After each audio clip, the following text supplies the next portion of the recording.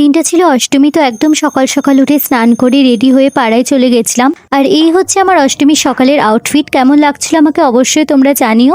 তারপরে পাড়ায় চলে গেছিলাম, আর এখানে মাকে ভোগ নিবেদনও করা হয়ে গেছিলো। আসলে সেদিনকে অষ্টমীর আরতি আবার সন্ধি পুজোর আরতি দুটো একদম পরপর ছিল, সেই জন্য একটু সকাল সকালই সেদিনকে আরতিটা হয়ে গেছিলো, ফার্স্ট আরতিটা। তো সবাই এখানে পাড়ার সবাই মিলে আমরা বসেছিলাম। আর এই যে লাবু আর আমি এখানে বসেছিলাম, সেদিন লাবু খুব এক্সস্টেড ছিল। প্রথমত সন্ধি পুজোর উপোস করেছিল, তারপরে সকাল থেকে মা বাবা টুসি পিসি, এই যে তারক কাকাকে দেখলে ওই যে ওটা মনা পিসি শাড়ি পরে, আর যেটা প্রদীপ নিয়ে আসছে পঞ্চপ্রদীপটা রিমা পিসি, তো কয়েকজন মিলেই এবার টুসি পিসি এরাই কয়েকজন মিলে পাড়াতে সব ভোগটা রান্না করেছিল। কারণ এবার পাড়াতে অনেকের আসর ছিল, তো অনেকেই ভোগ রান্নার ওখানে যেতে পারেনি, তো মাত্র এই কজন মিলেই পুরো ভোগের দায়িত্ব নিয়েছিল। আর ওরাই খুব খাটাখাটনি করেই সব ভোগটা করেছিল। তারপরে আরতি স্টার্ট হয়ে গেল। আর এই যে এখানে মা চামর তোলাচ্ছিল, আমিও চামর তুলিয়েছিলাম, কিন্তু আমার ক্লিপটা তুলে দেওয়ার মতো কেউ ছিল না, তাই তোমাদের দেখাতে পারিনি। আর এই হচ্ছে ভোগ, আজকের মহাভোগ।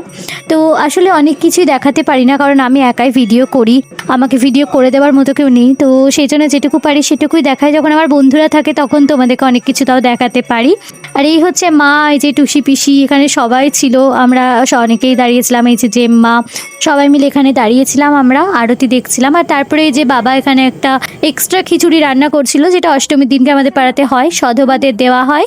আর এই যে আমি ভোগ নিয়ে আসছিলাম। তারপরে আবার সন্ধি পুজোর জন্য সবাই এসে বসেছিলাম, কারণ সন্ধি পুজো একদমই পরপর ছিল, মোটামুটি মাঝখানে আধা ঘন্টা কি 1 ঘন্টার গ্যাপ ছিল, তাই কেউই আর বাড়ি যায়নি, সব এখানেই বসে আমরা ওয়েট করছিলাম।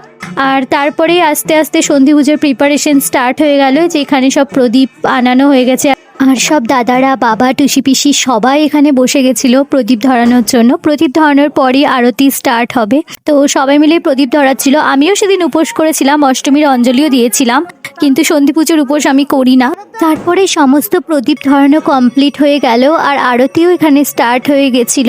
আর আমরা সবাই এখানে আরতি দেখছিলাম। আর এখানে আমাদের মাম্মাম ছিল সেদিনকে, এই যে মাম্মাম হচ্ছে আমাদের পাড়ার সব থেকে সিনিয়র পার্সন। এতটা বয়স হয়ে যাওয়ার পরেও মাম্মাম দেখো এখন কীরকম সুন্দরী। আর মাম্মামও সন্ধি পুজোর উপোস করেছিল। তো এখানেই এই যে আরতি হচ্ছিল, সবাই মিলে চামর তোলাচ্ছিল, প্রদীপ জ্বালাচ্ছিল। কিন্তু চাই বলো, সন্ধি পুজো কিন্তু সন্ধ্যাবেলা বা রাতের বেলাতেই ভালো লাগে, বাট বেশ কয়েক বছর ধরে সন্ধি পুজো দিনের বেলাতেই বা সন্ধ্যাবেলাতে ভোরবেলাতে এরকমই হচ্ছে, একদম মাঝরাতে আর অনেক বছরই সন্ধি পুজো হয়নি, অনেক আগে হতো। যাই হোক, তারপরে এখানে পুষ্পাঞ্জলির জন্য প্রিপারেশন স্টার্ট হয়ে গেছিলো।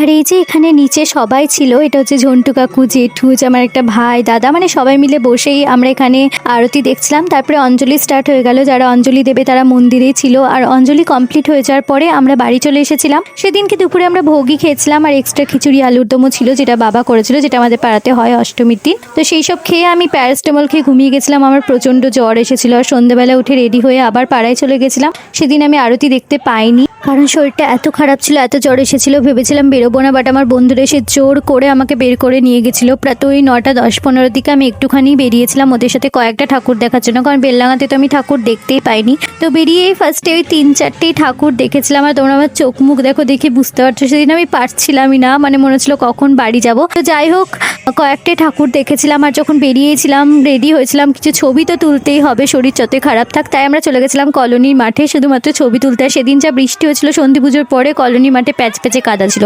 ভেতরে ঢুকতে পারিনি, বাইরেই লাইটিংয়ে কয়েকটা ছবি আর ভিডিও করে নিয়েছিলাম। আর এই হচ্ছে আমার ফুল আউটফিট। কেমন লাগছিল দেখতে আমাকে অবশ্যই জানিও। তো প্রচুর ছবি আর ভিডিও তুলে নেবার পর আশেপাশে আর 2টো ঠাকুর ছিল, তো আমরা সেই 2টো ঠাকুর দেখে নিয়েছিলাম। আর সেই 2টো ঠাকুর দেখার পরেই আমরা চলে এসেছিলাম বাড়ি।